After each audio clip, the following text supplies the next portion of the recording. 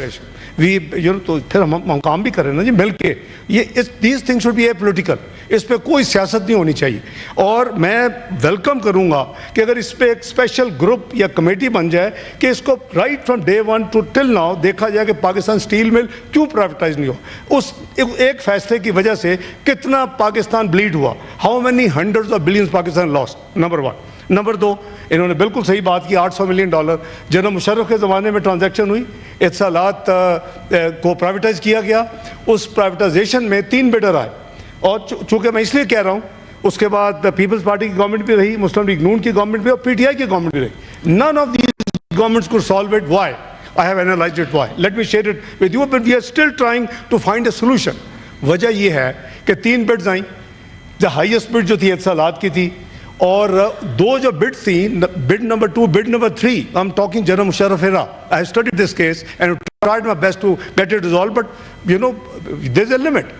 उसमें जो दोनों बिड नंबर 2, बिड नंबर 3 वो मिला के भी was not gross amount of the 2 bids were not less than the bid number 1। So according to my information and the colleagues who were there, मैंने ये 20, 13, 17 में भी इसको फॉलो अप किया, तो उन्होंने कहा कि the bidder wanted Pakistan to confiscate his bid bond and run away।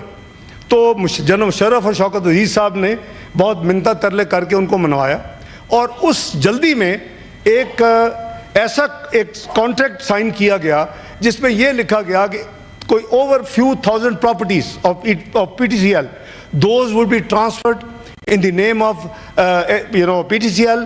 और अगर, now this is the funniest part, अगर वो प्रॉपर्टीज कम होंगी, उन प्रॉपर्टीज की वैल्यूएशन करवाएंगे। कौन करवाएंगे? इत्सलात भी करवाएगा और पाकिस्तान भी करवाएगा।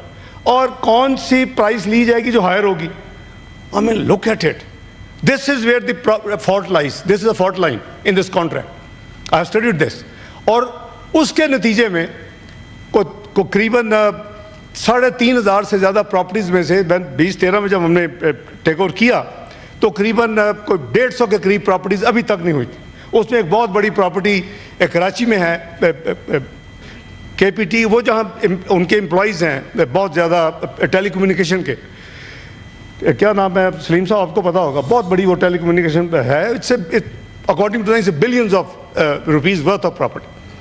अब वो जो प्रॉपर्टीज़, मुझे याद है मैंने सिंध गवर्नमेंट के साथ फॉलो अप किया कि खुदा के लिए इनको एक दफ़ा मुकम्मल करके 800 मिलियन लें।